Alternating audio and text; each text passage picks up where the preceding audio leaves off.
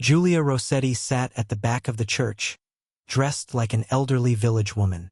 Her face was covered. Nobody looked at her. Nobody knew she was the one they had come to bury. She wasn't dead. Giulia had faked her own death. She wanted to discover the truth. For months she had felt something was wrong. Her husband, Davide, was behaving strangely. Her best friend, Serena, was always around him. Her parents kept asking her for money. She had begun to wonder. If I disappeared, would anyone truly care about me, or only about my money?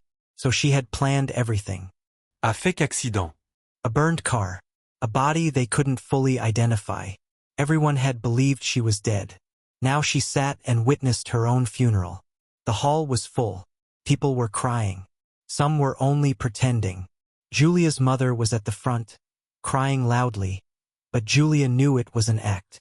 Her father sat silently beside her. Both seemed more worried about what would happen next. Davide sat near the coffin, wearing black clothes and looking sad. But next to him was Serena, Giulia's best friend. She held his hand, also wearing black lace. Giulia's chest grew heavy. Just 2 days after her death, they were already showing themselves openly. Then Giulia saw the only sincere face in the room. Her younger sister, Martina. She looked weak and tired. Her eyes were red. She had been crying for days. She slowly approached the coffin and touched it. "Big sister," she cried. "You said we would be together forever. You promised to help me finish my studies. You said you'd be at my wedding. Why did you leave me?" She fell to her knees. Her voice broke. 2 women rushed to support her. Giulia couldn't bear it. Her eyes filled with tears. She wanted to go to Martina and tell her everything, but she couldn't. She looked again at her husband and her best friend. They were whispering, even smiling. Giulia sat back down, her face hard. Now she was certain. Martina was the only one who truly loved her. The others had come for her assets. And this was only the beginning. The funeral had barely ended when the real drama began. Giulia was still in disguise, sitting quietly outside near the cars. People were leaving slowly, but her parents remained. So did Davide and Serena. Giulia watched from a corner, pretending to be a tired old guest. She held a shawl tightly around herself and kept her head down, but her ears were alert. She wanted to hear everything. Her mother, Mrs. Colombo, turned to Davide. "Now that everything is over," she said sharply, "we need to talk about her properties." Giulia had no children. According to tradition, her assets returned to us, her parents. "That's the right thing." Davide frowned. "Excuse me, ma'am," he said. "I was her husband. We were legally married. I have rights too." "You," her father barked. "What job have you ever had? What money did you ever bring? Giulia supported you, clothed you, gave you cars, and even built your business. You only became someone because of her." Davide raised his voice. "That doesn't change the fact that I'm her husband. You can't push me aside. I was the one with her every day. I know what she wanted. She would never have wanted her parents to take everything." Serena stepped forward, her voice cold. "We all know Giulia intended to include me in her will. She told me herself that I would manage some of her businesses if something happened. I was her closest friend." Giulia's father laughed out loud. "Friend? So now you want to take our daughter's things too? What kind of friend are you?" Giulia watched everything, her heart beating fast. They were already fighting like animals. No one was even talking about her memories, her dreams, her life. It was all about land, buildings, cars, bank accounts. Her mother kept shouting, her father insulted Davide. Davide pointed his finger. Serena stood in the middle like a queen trying to claim what didn't belong to her. Then something made Giulia's chest tighten. Martina entered. She looked tired, her face swollen from crying. Her voice was soft but firm. "This is not the time," she said. "You're all fighting like vultures over a body that's still warm. What about Giulia? Does anyone really miss her?" Her parents turned to her. Her mother snapped, "Be quiet, Martina. You're too young to speak about these things." Martina didn't stop. "I may be young, but I was the only one who truly loved her. The only one who didn't take anything from her. She sent me to school.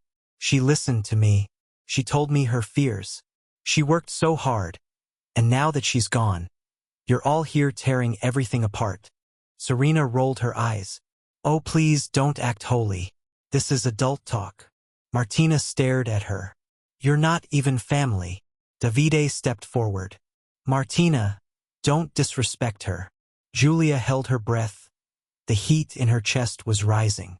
Davide was defending Serena now in public right in front of her family. She couldn't believe what she was seeing. She had trusted both of them, had given them her heart, and now they were fighting over her assets as if she were nothing. Martina began to cry. This wasn't our promise, she whispered. Giulia, why did you die? Why now? I can't take this. I hate you all. She ran away. Giulia stood up slowly, her heart broken. She wanted to chase Martina, hug her, tell her it was all fake, but not yet. She had to finish what she had started. She had to expose the people who claimed to love her. She looked one last time at her parents, her husband, her best friend. Everyone was angry, not because they had lost her, but because they wanted what she had left behind. Giulia clenched her fists. They had buried her too soon. Now they would see that the woman they had buried was still watching. And she was angry. Davide and Serena sat together in the house that once belonged to Giulia. The air was silent, but both were thinking the same thing. The house would soon be theirs. Everything Giulia owned, from the businesses to the cars, the houses, the bank accounts. They wanted it all. Davide stared straight at the wall in front of him. It still feels unreal, he said. She's gone, just like that. No stress, no fight, no divorce. Gone. Serena looked at him. That's what you wanted. Davide gave a small nod. Yes, I wanted it. I was tired of pretending, tired of living under her. She acted like she was better than everyone, just because she had money. Serena moved closer. But you got what you wanted. She's out of the way. Now we focus on the real thing, taking everything she left behind. Davide remained silent for a while, then said, her parents are a problem. They're already fighting as if the property belonged to them. They think just because she had no children, everything returns to them. Serena added, but they forgot she was married. Davide nodded. Legally married. I was her husband. Even if we had problems, we were still married. That gives me rights. They don't want to hear it. Her father told me to my face that I brought nothing to Giulia's life, that I was just eating from her hands. Davide laughed bitterly. He's not wrong. I didn't have much, but Giulia didn't build everything alone either. I helped her. I was by her side. I supported her. I stayed silent. I waited. Now it's my turn to enjoy. Serena smiled. What about me? Davide looked at her. You know I've always wanted you, even before Giulia. Serena nodded. I remember. But you chose her. She had the money, the name. I had no choice. I needed that life. I had to escape poverty. Giulia was the key, and she gave me what I needed. But you, Serena, you've always been the one I wanted in my bed. The one I wanted as my wife. Serena's face lit up. So now we make it official. Yes, said Davide. Once the paperwork is done, once the lawyers transfer everything, we leave this country. We get married, start our life. Rich. Free. Serena sat up straight. So what do we do about her parents? Davide's voice dropped. If they continue to block me, I'll eliminate them. Serena's eyes widened. You mean? I've spoken to someone, said Davide. He handles things. He'll scare them first. If they don't back off, he'll do more. Serena remained silent for a moment, then smiled slowly. You're serious? I'm not playing anymore. I've waited too long. They're old. They have no power. They should just stay quiet and enjoy what I give them. If they refuse, then they disappear. Serena nodded. That's my man. Davide looked into her eyes. We've come too far to fail now. Giulia is gone. This is our moment. All we have to do is finish the plan. Serena replied. So let me understand. The house, the business shares, the boutique, the land. Everything will be transferred to your name. Yes, said Davide. The lawyer said the process has started. There's just some delay because of her parents. They're trying to fight it. But I told the lawyer to speed it up. I don't care how. And the cars. All already in my name, he replied. She did that while she was alive. Serena laughed. You planned well. Davide leaned back. It's called patience. Giulia was too proud. She thought because she gave me things I would always obey. She never thought I had my own plans. Serena asked him, so what happens to her sister? The little one. Martina? Yes. Davide waved his hand. She's a child. She'll cry for a few weeks and then move on. She has no say in this. Are you sure? That girl loved Giulia too much. And what can she do? Cry in a corner. She has no lawyer, no money, no voice. Let her cry. I'll give her something small when we're done. So she'll leave us alone. Serena laughed. You're wicked. Davide grinned. I'm smart. There's a difference. There was silence in the room. Both stared at the ceiling for a moment. Then Serena spoke again.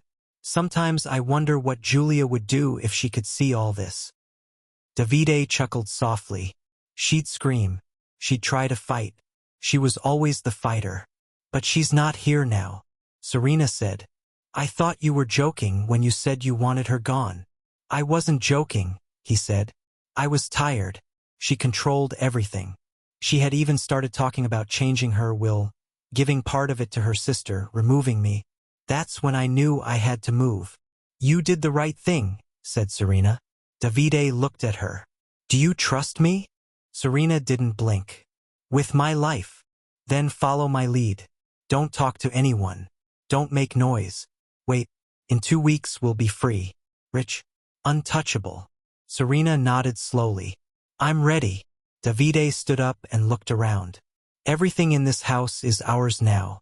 Soon the papers will say the same. All of Giulia's years of working, building, running back and forth. It all ends with us. Serena smiled proudly. That's what happens when people don't see what they have. She was busy chasing the world and forgot the snake in her house. She thought I was loyal, said Davide. But loyalty is for fools. Serena laughed. And love. Davide looked into her eyes. Love is for the rich. And now we're about to become very, very rich. There was silence again. But this time it was filled with greed and satisfaction. They had waited long enough. Now the game was in their hands. All they had to do was move quietly, remove obstacles, and collect the prize. Giulia's death wasn't just a tragedy to them. It was a door, and they had already walked through it. Martina sat alone in her room, holding a photo of Giulia in her hand. Her eyes were red. Her heart was heavy. Every time she looked at her sister's face, she felt lost. Giulia was more than a sister. She was her best friend, her support, her second mother. Losing her felt like losing everything. She thought about the last time they had spoken. Giulia had seemed tired. She had said, Martina, people are changing around me. I don't know who to trust anymore. Martina had warned her, told her to be careful with Serena, told her Davide was no good. But Giulia hadn't listened. At that moment her bedroom door flew open. It was her mother. She looked angry, hands on her hips. So this is where you've been hiding, she said sharply. Martina wiped her face. Mom, what is it now? Her mother entered, eyes full of fire. You're here crying and sleeping, while your father and I are out fighting for your sister's properties. Martina frowned. Fighting for what? For what belongs to us, her mother snapped. For your sister's things. Or do you want that useless Davide to take everything? Martina sat up slowly, confused. So, that's what this is about? You're not crying for Giulia? You're angry because you want her money? Her mother hissed and pointed at her. Don't talk to me like that. I'm your mother. You should be standing with us. We're fighting for your sister's wealth. That boy, that nobody, that jobless Davide wants to take everything, and you're just sitting here doing nothing. Martina's voice rose. I thought you loved Giulia. I thought you were mourning her. Her mother laughed bitterly. Yes, we loved her. But love isn't enough. We can't fold our hands and watch our daughter's hard work end up in the hands of a boy who never brought anything to her life. Martina's heart beat faster. She looked at her mother with disbelief. Mom, are you hearing yourself? You're talking about Giulia like she's a bag of money. She was our daughter, her mother snapped. And she refused to listen. We warned her not to marry that poor boy. We told her to marry someone from a good family, someone who had something of his own. But she said no, she was stubborn. Now look what's happening. That stupid Davide is even sleeping with her best friend. Martina shouted. I told her, Mom. I told her about Serena. I told her not to trust that girl. But she didn't listen to me. Her mother moved closer. Then why aren't you helping us? Join me and your father. Let's fight for what belongs to us. Martina stood up, angry. Mom, what if Giulia already wrote a will? What if she divided her properties before she died? Her mother scoffed. Never. Even if she did, that boy must not have anything. I won't allow it, not after everything we've been through. I need enough money to look good, to enjoy life. When your sister was alive, she barely sent us money. She always said business was bad. Yet she was giving Davide everything. That lazy, jobless boy. Martina's eyes widened. Wait, is that what this is about for you? You want her money now because you feel she didn't give you enough before. Her mother didn't blink. Exactly. When she was alive, I couldn't even buy good lace. I couldn't even take care of myself well. She always said, Mom, be patient. Business is slow. But now I know the truth. She was feeding Davide and his people. She was building that man's life while we were suffering. No more. I want to enjoy now that she's gone. Martina felt like the ground was shaking. Her own mother, the woman who had brought Giulia into the world, was talking like this, as if Giulia were just a source of money. You're unbelievable, Martina said softly, her voice shaking. I thought I was alone because I lost my sister. But now I know I'm truly alone. Her mother folded her arms. You better stop talking nonsense. Join us now, the lawyer is already preparing documents. We'll take this thing to court if we have to. Martina grabbed her bag. No, I can't stay in this house anymore. Where are you going? Her mother asked sharply. To my boyfriend's place. Her mother's voice became loud. Which boyfriend? That poor boy? Haven't you learned anything? This is how your sister started, we warned her too. She said love matters more than money. Look at her now, dead. Martina's hands shook. Don't you dare use Giulia like that. Don't you ever. She gave everything to this family.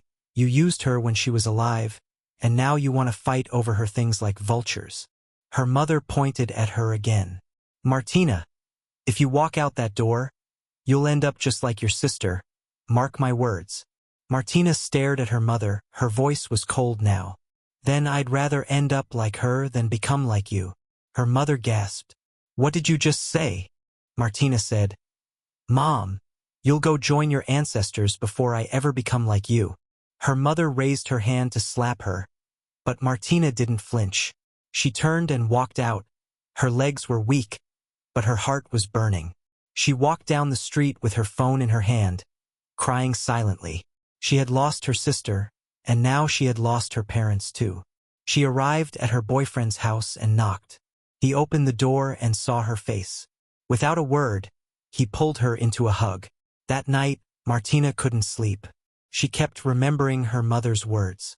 All the years Giulia had worked hard, helped people, stayed strong, and this was the thanks she got. Martina looked at the ceiling and whispered, Sister, I don't know if you can hear me, but I swear, I won't let them destroy your name. I won't let them fight like animals over what you built. I don't care about the money. I just want the truth. And I will find it. Davide sat inside his car with his hands shaking. His jaw was tight, and his heart was boiling with rage. For 2 weeks he had waited. 2 full weeks after Giulia's funeral. He thought by now everything would be in his name. The house, the businesses, the lands, the cars. But nothing had changed. The lawyer was delaying things, and Davide was tired of waiting. That afternoon, he drove straight to the lawyer's office. No appointment, no call. He just walked in, filled with rage and ready to take control. Attorney Martelli looked up from his desk as Davide entered without knocking. His face showed no surprise. He calmly closed his file and leaned back. "I need to speak to you now," said Davide, standing. "Speak," replied the lawyer, cold and firm. Davide moved closer. "You and I don't need to fight, we can work together. I can pay you, I have good money. Just move everything faster. Giulia's properties should be in my hands by now." The lawyer frowned. "Mr. Davide, I'm a lawyer, not a market trader. I don't accept bribes." Davide scoffed. "Oh, come on. Everyone has a price."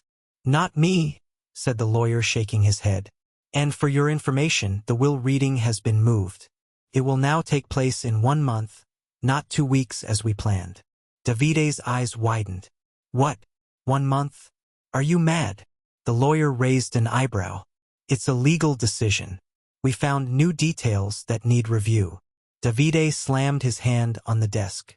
"You old fool, I'm beginning to suspect you. In fact, I think you and Giulia were lovers."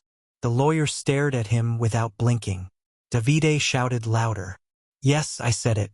That woman was a demon. She was cheating on me with you. A stupid old man like you. You both deserve hell." The lawyer stood up slowly.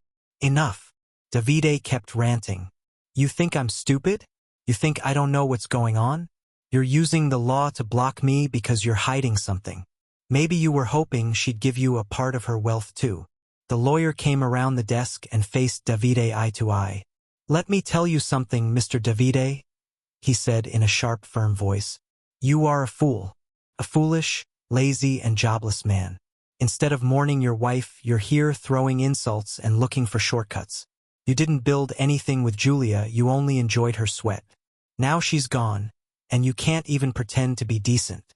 Davide was quiet for a moment, shocked by the words. Then he hissed and stormed out, banging the door behind him. The lawyer sat down again, rubbing his forehead. He had known men like Davide all his life. Greedy, loud, and weak inside. But he also knew that this case was dangerous. Giulia had warned him. That's why he had prepared for anything. That evening, while driving home, Attorney Martelli was speeding downhill. He pressed the brakes, and nothing happened. His heart jumped. He tried again. Still nothing. The car flew off the road. The car was upside down. The driver wasn't moving. Attorney Martelli was dead.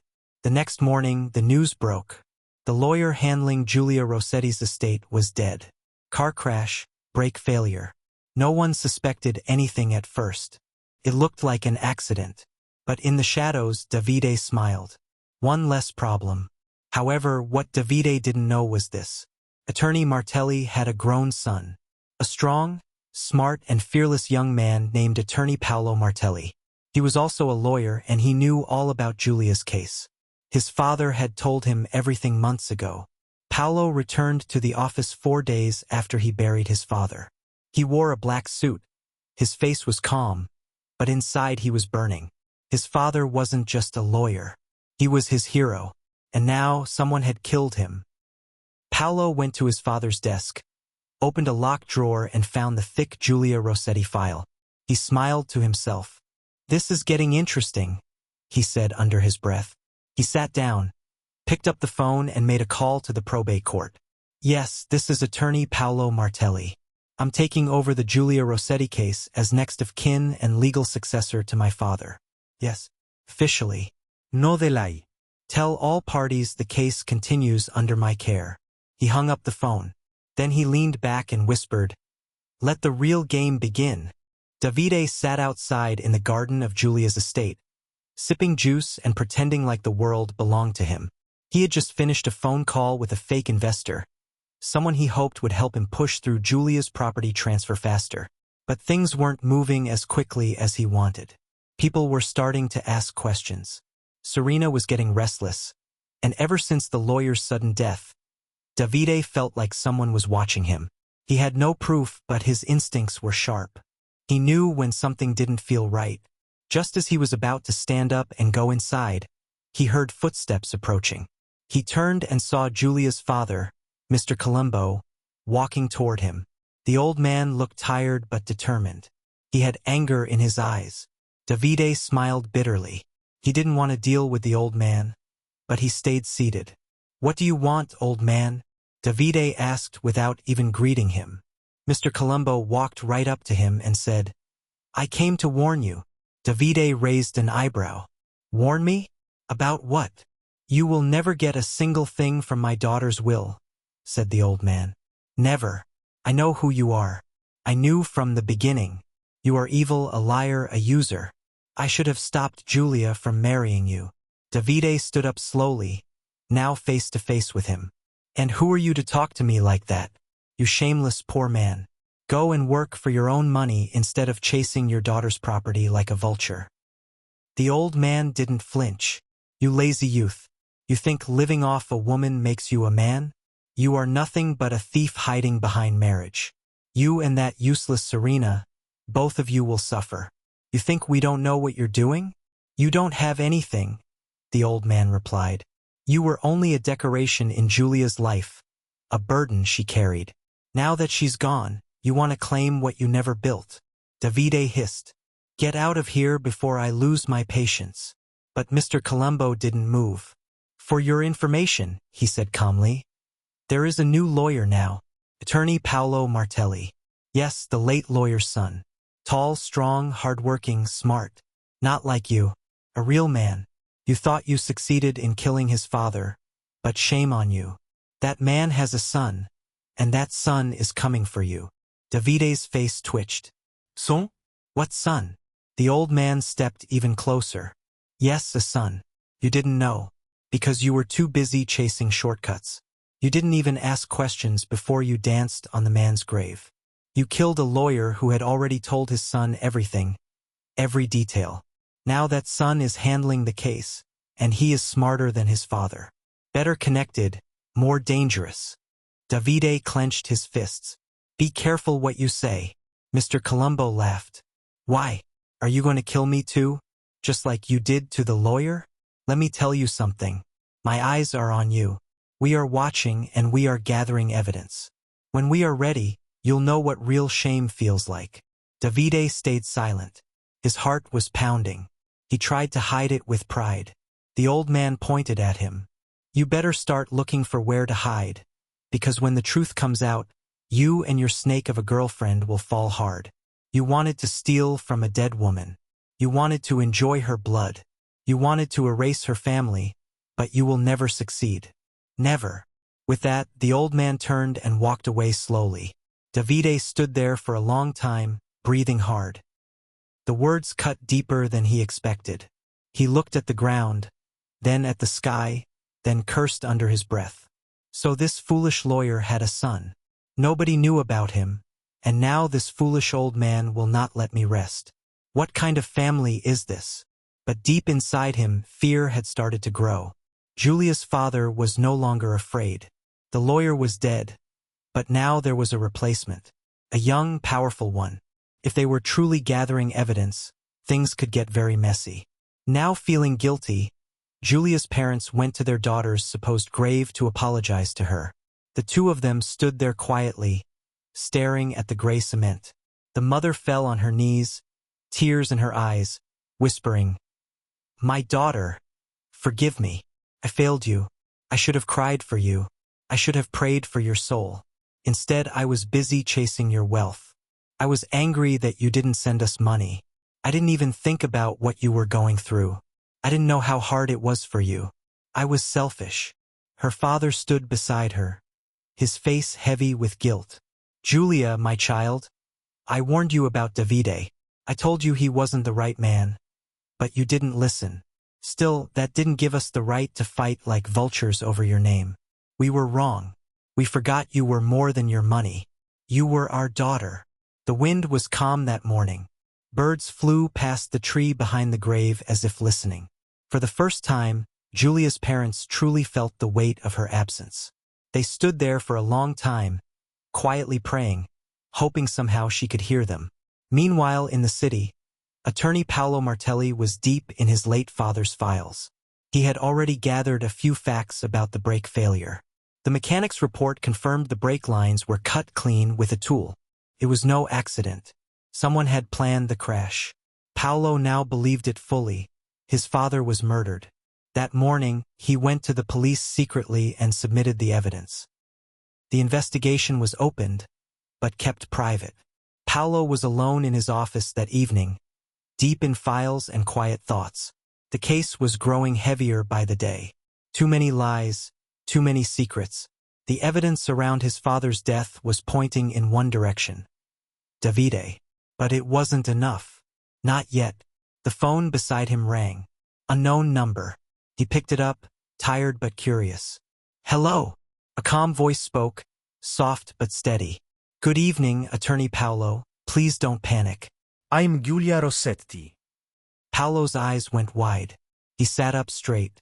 What did you just say? I'm Giulia, the voice repeated. I'm alive. I need to see you.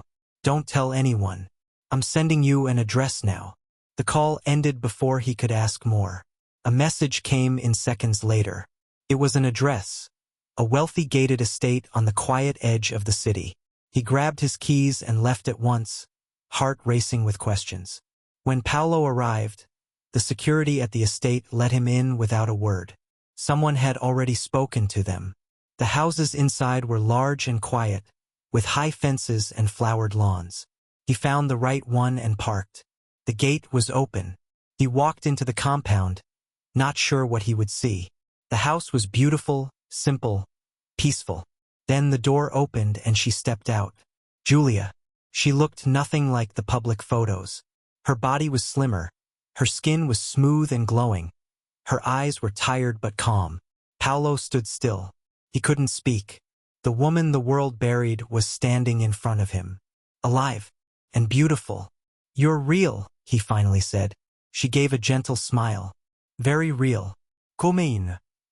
He followed her into the cool, well-furnished living room.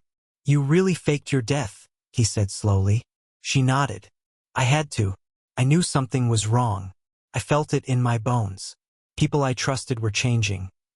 My husband, my best friend, even my parents. I needed to see who they truly were. Paolo leaned forward. Why me? Why now? Giulia looked him in the eye. Because your father was my friend, my advisor, and now he's dead. I believe Davide caused that accident. Paolo didn't even pause. We believe that too. We have the break report. It was cut, not faulty. Someone did it.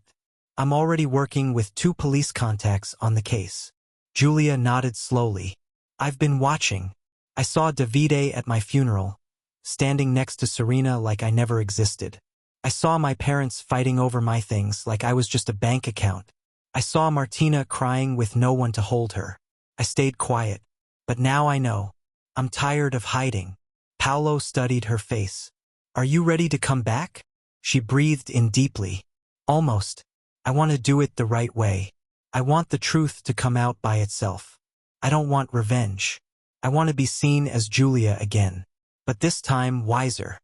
They sat in silence for a while. The clock ticked softly in the corner. Then Giulia stood and walked to the window. There was a time I thought Davide loved me. I gave him everything. I forgave his silence, his lies, even his distance. I thought Serena was my sister. I gave her more than she deserved.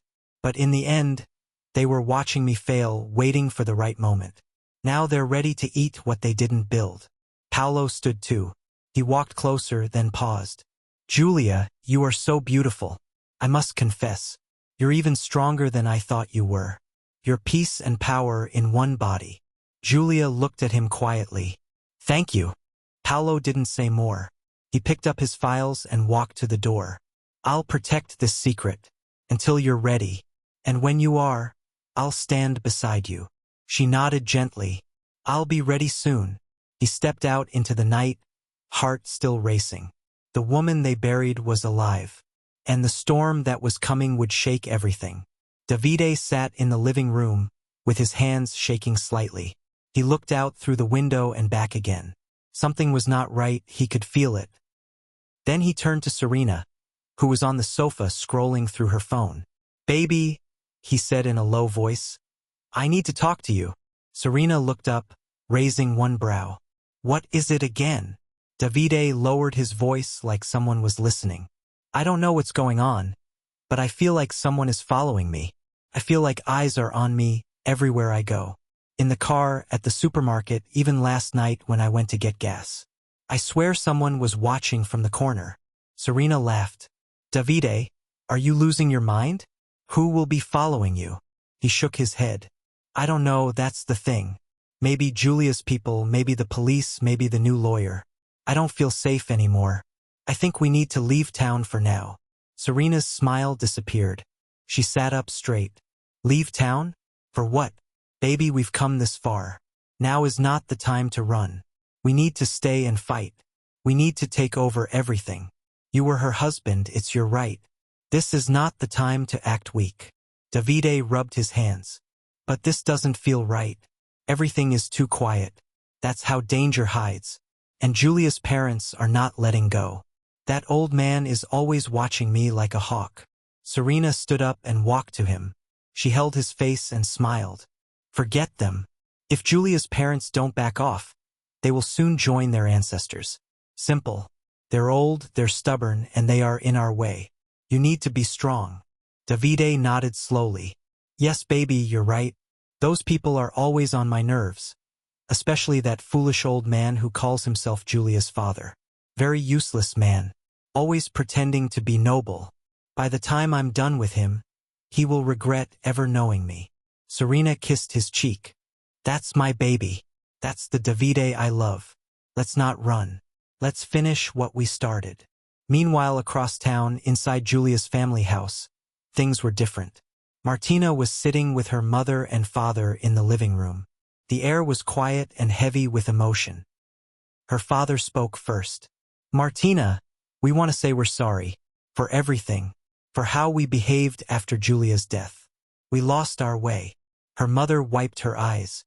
We were so blinded by what she left behind, we forgot the person. We should have mourned her. We should have remembered her kindness. Not fight like animals over her wealth. Her father added, we prayed last night and asked God to forgive us. And we hope Giulia can forgive us too. Martina held both their hands. She will. Wherever she is, I believe she hears us. She loved you both. She always did. Her mother hugged her. Thank you, my child. You are your sister's heart. Her father held them close. It was the first time in a long time they all sat together in peace. Then Martina remembered. She wiped her face and said, I almost forgot. The lawyer called me today. He said the will reading is in 5 days. It will happen in Giulia's house. They all looked at one another. It was finally happening. The moment that would tell them what Giulia had planned before her supposed death. They hugged again, this time with tears rolling freely. This time it wasn't about property. It was about closure. Far away, in a luxury apartment on the island, Davide's phone buzzed. He picked it up and smiled wide. Message just came in, babe, he said to Serena. The will reading will be in 5 days. Serena clapped her hands. Finally, I'm so ready. Davide was grinning hard, showing all his teeth. I can't wait. We'll take over everything and disappear. I already told you once it's done, we'll travel the world. Paris, London, Dubai. First class everything. We'll live like true royalty. Serena laughed. Yes, baby, me and you forever. This is our time. Davide raised his glass. To freedom, to wealth, to finally living the life Giulia was too proud to give us. They clinked glasses and drank, believing they had already won. But what they didn't know was this. The woman they buried was waiting for them, watching, listening. The day had finally come. The will reading was scheduled for noon inside Giulia's mansion. The atmosphere was tense. Giulia's parents arrived early, dressed modestly. Martina sat quietly beside them. Paolo stood at the front, going through the last legal documents. The room was quiet but heavy. Then the front gate opened. Davide walked in confidently, holding Serena's hand. He was wearing a new suit. Serena walked beside him. Davide looked around with a smirk. Finally, he whispered, our time has come. He walked past Giulia's parents without a greeting. Serena squeezed his hand and whispered, I can't wait to see the look on their faces when your name is called. Davide laughed softly. I hope they cry. Paolo cleared his throat and stood. We will begin now. I thank everyone for being here. This will is important. Not just because of the wealth involved, but because of the woman behind it. Giulia Rossetti. Everyone grew quiet. Some heads bowed. Paolo continued. This will is legal, binding, and was written in full health and presence of mind. Before I read it, however, I must inform everyone that something has changed. Something major. The front door opened slowly. They all turned, and then they saw her. Giulia. Alive, standing tall, dressed in white, her face calm, her presence powerful. Martina gasped and covered her mouth. Her mother stood and began crying. Her father fell to his knees. The room froze. Davide's jaw dropped. Serena stepped behind him, like she had seen a ghost. Giulia walked slowly to the center of the room and turned to face them all. I'm not dead, she said clearly. I never was. But today something else will be buried. Lies, greed, betrayal, and wickedness. The silence in the room was so deep it could cut stone. Davide tried to speak. Giulia, how? We buried. Giulia held up her hand. Don't speak. You've done enough. She turned to Serena. You held my hand and stabbed my back. You wore black to my funeral while you were warming my husband's bed. You even stood next to my coffin like you cared. Shame will follow you everywhere you go. Serena begged. Giulia, please, I didn't mean. Save it, Giulia snapped. I watched you. I listened. I know everything. She turned to the lawyer. Paolo, please continue. But before he could speak, police officers stepped inside the room. Two walked straight to Davide. Mr. Davide, one officer said. You are under arrest for the murder of attorney Martelli. You have the right to remain silent. Anything you say may be used against you in court. The entire room gasped. Davide began to shake. No, this is a mistake, he shouted. I didn't kill anyone. Giulia stepped forward. You did. You killed a good man because he protected me, because he stood in the way of your greed. And now the law stands in your way. Davide turned to Serena. Baby, help me say something. But Serena moved back. I told you we should have left town. I told you this was getting scary. The police dragged Davide out. He kept screaming. Giulia, please. Giulia, forgive me. Giulia, I loved you. But Giulia said nothing. Later that week, Davide was found guilty of conspiracy and murder. He was sentenced to life in prison without parole. As for Serena, shame followed her like a shadow. Even when she came to Giulia weeks later, crying and begging for forgiveness, Giulia didn't open the door. She simply sent a message. I don't hate you, but I will never forgive you. Not in this life. Serena broke down outside the gate. She cried and shouted. She tried to curse Giulia. Then she blamed the devil, then she blamed love.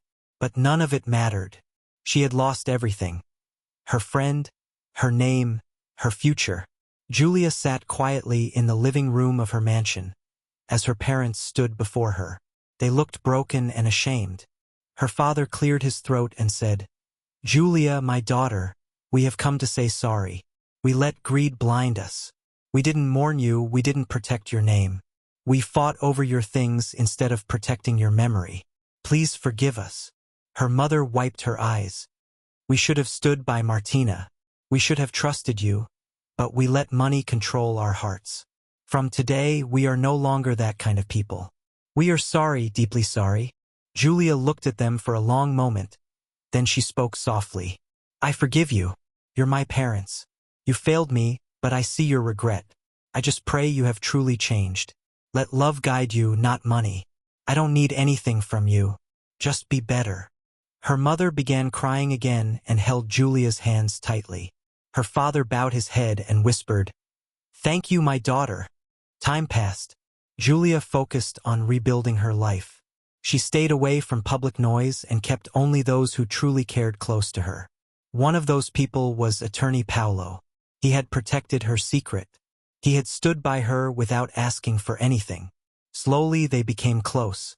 A quiet friendship grew into something deeper. 1 month later, they began dating, and 6 months after that, they got married in a small, peaceful ceremony, with only a few true friends and family. Giulia smiled that day, like she hadn't in years. Paolo brought her peace, not problems. He loved her for who she was, not what she had. And they lived happily ever after, far from drama and noise. As for Serena, her life took a dark turn. After Davide was sentenced to life in prison, she became the most hated woman in the city. No one wanted to work with her, no one answered her calls. She moved into a tiny room in the slums. She tried to hold onto her pride, but shame followed her like a shadow. Months later, she got pregnant by a roadside mechanic who disappeared as soon as he found out. She sat alone every night, looking at her swollen belly, thinking about Giulia's mansion, the cars, the life she threw away for greed. She tried to blame everyone, but in the end, she knew. It was all her fault. Moral of the story: greed destroys faster than fire. Betrayal may feel powerful, but it always ends in shame. True love doesn't chase wealth, it builds peace. Family is not just blood, it's loyalty. And no matter how far you run from truth, it will always find you. Dear viewers, what lessons did you take away from this dramatic tale? We'd love to hear your thoughts in the comments below. If you enjoyed the story, give us a thumbs up, share it with friends, and hit that subscribe button. Don't forget to turn on notifications so you never miss out on our latest updates. Thanks for watching and stay blessed.